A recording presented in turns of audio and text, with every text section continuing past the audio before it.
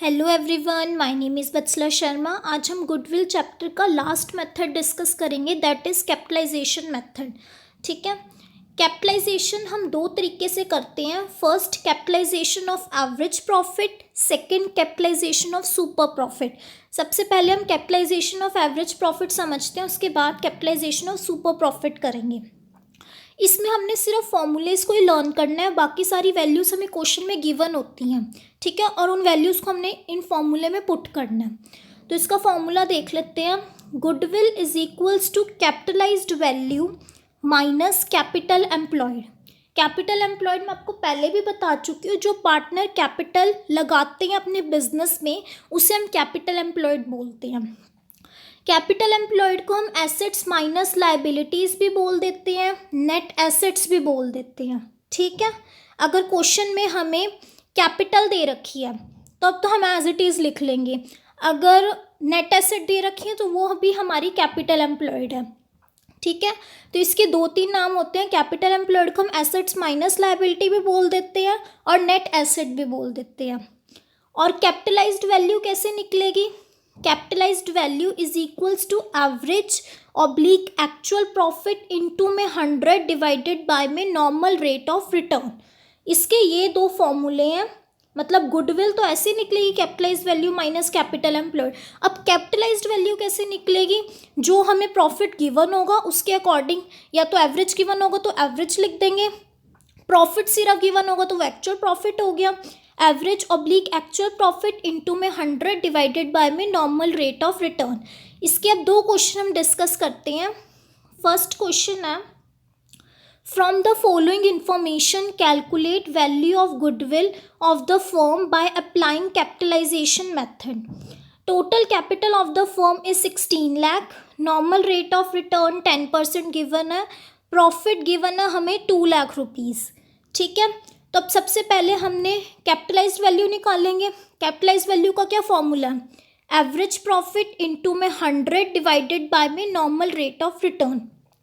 Average profit हमें कितना दे रखा है? हमें सिर्फ प्रॉफिट गिवन है, तो हम इसे ही एवरेज प्रॉफिट या एक्चुअल प्रॉफिट ले लेंगे, दैट इज़ 2 लाख रुपीज़। ठीक है, इनटू में 100, नॉर्मल रेट ऑफ रिटर्न कितना है? 10%, तो ये 10 पुट कर दिया यहाँ, तो आंसर कितना आ गया? 20 लाख रुपीज़। अब गुडविल निकाल लेंगे, कैपिटलाइज वैल्यू हमने निकाल ली इस फॉर्मूले की हेल्प से, that is 20 lakh. Capital employed minus capital employed करेंगे। कैपिटल एम्प्लॉयड हमें कितनी गिवन है? That is 16 lakh. Total capital दे रखी है, मतलब पार्टनर्स ने इतनी कैपिटल लगाई है बिजनेस में, दैट इज 16 लाख। इन दोनों को लेस करेंगे तो आंसर आ गया हमारा 4 लाख रुपीज़। सिंपल था क्वेश्चन, सब कुछ ही वैल्यूज़ हमें गिवन थी क्वेश्चन में, अब फॉर्मूले में पुट करनी थी बस। ठीक है, अब सेकेंड क्वेश्चन इसका डिस्कस करते हैं। From the following particulars calculate the value of goodwill of the firm by applying capitalisation of average profit method. अब हमें प्रॉफिट्स दे रखे हैं of last 5 consecutive years ending 31 मार्च।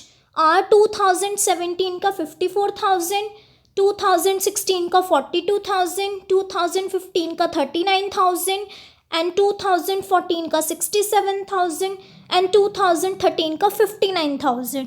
अब हमें पिछले 5 सालों के प्रॉफिट्स गिवन है, तब हमने एवरेज प्रॉफिट निकालना है। कैसे निकालेंगे? इन सबको ऐड करेंगे, डिवाइडेड बाय में 5, वो आ गया हमारा एवरेज प्रॉफिट।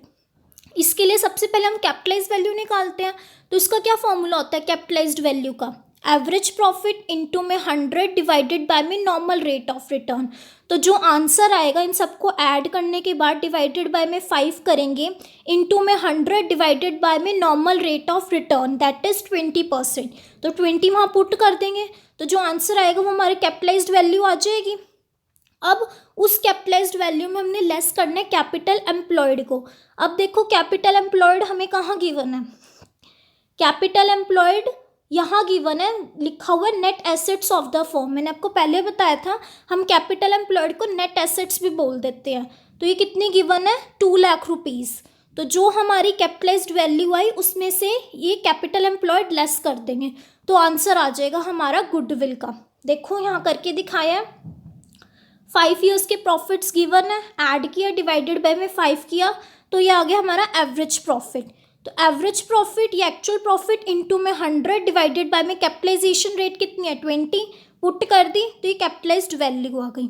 अब कैपिटलाइज्ड वैल्यू आ गई हमारी 261,000 माइनस जो नेट एसेट हमें गिवन थे उसको भी हम कैपिटल एम्प्लॉयड ही बोलते हैं, कितनी 2 lakh rupees.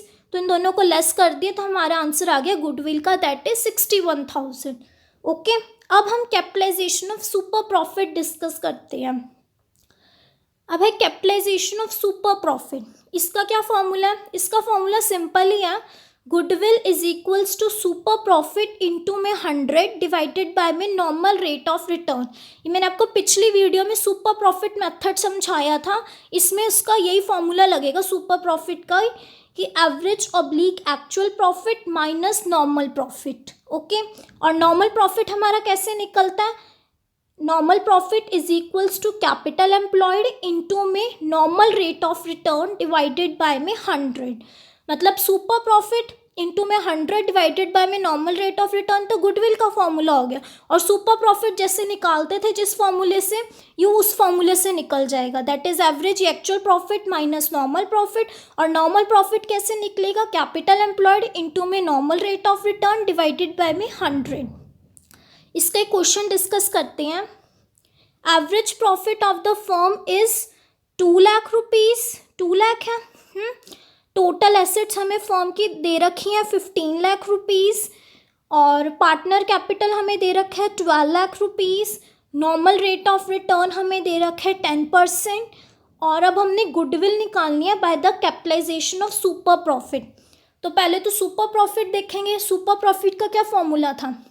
Actually average profit minus normal profit. तो उसके लिए पहले नॉर्मल प्रॉफिट का फॉर्मूला निकालेंगे। नॉर्मल प्रॉफिट का क्या फॉर्मूला था? कैपिटल एम्प्लॉयड इनटू में normal rate of return divided by में 100। अब कैपिटल एम्प्लॉयड क्या है हमारी 12 लाख। इसमें हमें डायरेक्ट गिवन है पार्टनर कैपिटल इज 12 लाख, तो हम एसेट्स को देखेंगे ही नहीं क्योंकि हमें कैपिटल डायरेक्ट गिवन है। ठीक है, तो ये 12 लाख ले लिया कैपिटल एम्प्लॉयड इनटू में नॉर्मल रेट ऑफ रिटर्न कितना है 10 डिवाइडेड बाय में 100। तो जो आंसर होगा हमारा नॉर्मल प्रॉफिट आ गया। और अब क्या करना है? एक्चुअल और एवरेज प्रॉफिट हमें कितना गिवन है 2 लाख रुपीज़। तो 2 लाख एवरेज प्रॉफिट में से नॉर्मल प्रॉफिट जो आएगा वो लेस कर देंगे, वो आ गया हमारा सुपर प्रॉफिट। अब सुपर प्रॉफिट जो आएगा वो वैल्यू पुट कर देंगे इनटू में 100 डिवाइडेड बाय में 10। तो जो कैलकुलेट करके आंसर आएगा वो हमारा गुडविल का आंसर आ जाएगा। ये देखो, नॉर्मल प्रॉफिट पहले निकालेंगे, कैपिटल एम्प्लॉयड इनटू में normal rate of return divided by में 100।